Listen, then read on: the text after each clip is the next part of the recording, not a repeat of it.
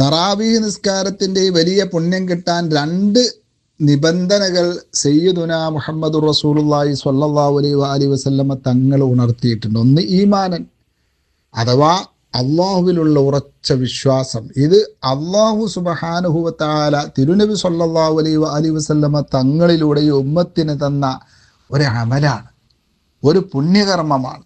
അതിന് വലിയ പുണ്യമുണ്ട് എന്ന വിശ്വാസം. അതുപോലെ രണ്ടാമത്തത് വഹ്തിസാബൻ, അള്ളാഹുവിൻ്റെ പ്രീതി ഉദ്ദേശിച്ചുകൊണ്ടുമായിരിക്കണം. അള്ളാഹു സുബ്ഹാനഹു വ തആലാൻ്റെ പ്രീതിയാവണം, മറ്റൊരു ലക്ഷ്യവും ഉണ്ടാവരുത്. അതായത് തറാവീഹ് നിസ്കരിക്കുന്നത് പൂർണ്ണമായും ഇഖ്ലാസോടെയായിരിക്കണം, അള്ളാഹുവിനായിരിക്കണം.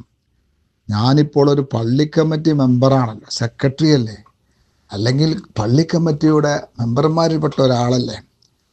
തറാവീഹ് കൂടിയിട്ടില്ലെങ്കിൽ ആൾക്കാരെന്താ കരുതുക? അല്ലെങ്കിൽ ഞാൻ നാട്ടിലെ ഒരു പ്രമാണിയല്ലേ, ഞാൻ ഇന്ന സംഘടനയുടെ പ്രസിഡന്റ് അല്ലേ, ഞാൻ തറാവീഹ് നിസ്കരിക്കാതിരുന്നാൽ എന്താണ് ആൾക്കാർ വിചാരിക്കാം? അല്ലെങ്കിൽ ഞാൻ കാരണവരാണ്, കുടുംബത്തിലെ പ്രധാനിയാണ്, നാട്ടിലെ നേതാവാണ്. ഇത്തരത്തിലുള്ള ജ്ഞാനീയത്തോട് ഞാൻ എന്നുള്ള ആ ഹൊങ്കുകളൊന്നും ഉണ്ടാവരുത് തറാവീഹ് നിസ്കരിക്കുന്ന സമയത്ത്. തറാവീഹ് നിസ്കരിക്കാൻ ഞാൻ മോശല്ലേ എന്ന ചിന്തകളൊക്കെ ഉണ്ടാവുക. ഇതൊക്കെ എന്താണ്? അങ്ങനെയൊന്നും നിസ്കരിക്കുന്നത് കൊണ്ട് യഥാർത്ഥ ഈ പറഞ്ഞ പുണ്യങ്ങളൊന്നും കിട്ടുകയില്ല. അതാണല്ലോ റിയാ എന്ന് പറയുന്നത്. അള്ളാഹ്ക്ക് ഇഷ്ടമേ ഇല്ല റിയാ ഉള്ള ഇബാദത്തുകളൊന്നും. അപ്പം അതൊന്നും ഉണ്ടാവാതെ ഇഹ്തിസാബൻ, അള്ളാഹുവിൻ്റെ പ്രീതി, ഇതുകൊണ്ട് എനിക്ക് നബി സല്ലല്ലാഹു അലൈഹി വസല്ലമ തങ്ങൾ എന്തെല്ലാം പുണ്യങ്ങൾ ഓഫർ ചെയ്തിട്ടുണ്ടോ അതൊക്കെ കിട്ടണം.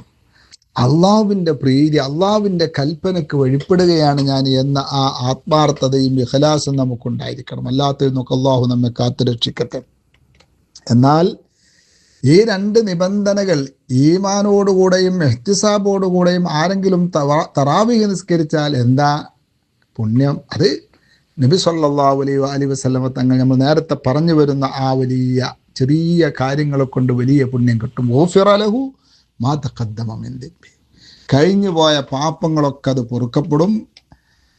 നേരത്തെ പറഞ്ഞതുപോലെ ചെറുദോഷങ്ങളാണ് പൊറുക്കപ്പെടുക എന്നതാണ് പണ്ഡിതന്മാരുടെ പ്രബലമായ അഭിപ്രായം.